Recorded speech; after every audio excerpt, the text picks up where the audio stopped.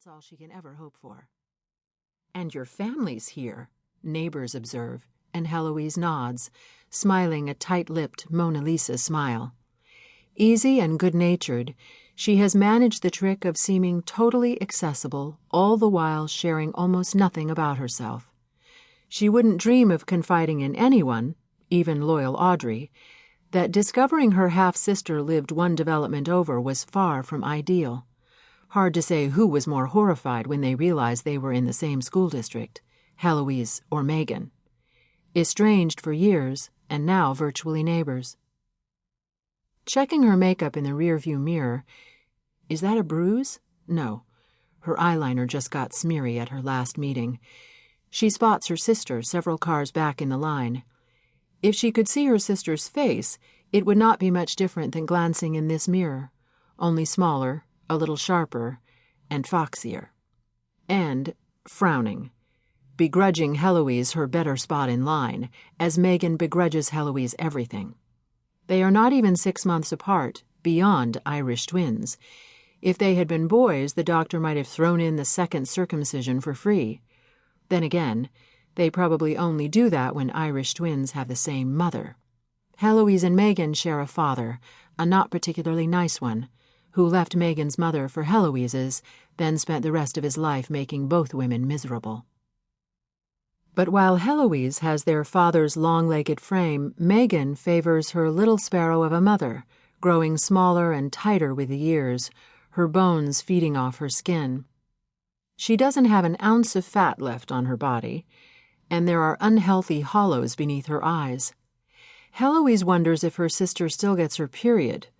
Knowing Megan, she probably willed it to go away after having 4 children in 5 years. Her husband refused to get a vasectomy on the grounds that it wasn't natural. Heloise tries to figure out the chicken or egg implications. Did Megan become borderline anorexic to punish her husband, to make herself less desirable to him, or did she stay that way because she welcomed the side effects?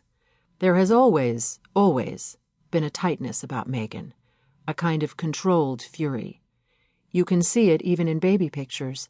Her long, skinny body propped up on a sofa, her face pinched with resentment. The youngest child by a bit in Hector Lewis's first family, Megan believes she was shortchanged on everything in childhood: allowance money, new clothes, extra helpings, her father's attention. She has been making up for lost time ever since she landed Brian a year out of college.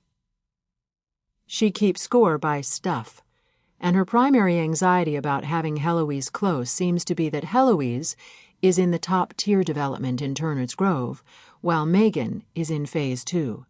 Larger but with fewer custom details, Megan lives for custom details. Come to notice, Megan is driving a new SUV today, although her previous car couldn't have been more than 3 years old. She has moved up to a Lexus, the hybrid. The last time she and Heloise spoke, if one can call their chance encounters conversations, she was torn between the Navigator, by far the largest of the SUVs on the market, and the Range Rover. "The Rover makes a better statement," she told Heloise, but Brian vetoed it. Statement about what? Heloise was genuinely confused, but Megan rolled her eyes as if Heloise were trying to provoke her.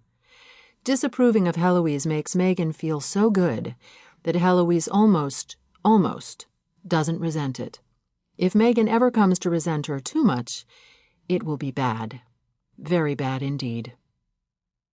The final bell rings and the school seems to inhale before expelling the children in one big breath.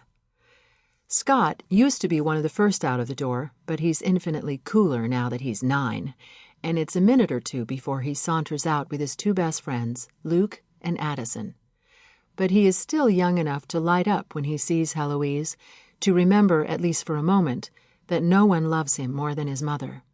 He doesn't let himself run to the car, but he picks up the pace, walking faster and faster until he bursts into the back seat, bringing noise and light and that wonderfully grubby little boy smell, all dirt and glue and school supplies. "Good day?" Heloise asks. "Pretty good. We talked about genes in science." "Blue jeans?" she asks, setting him up to correct her.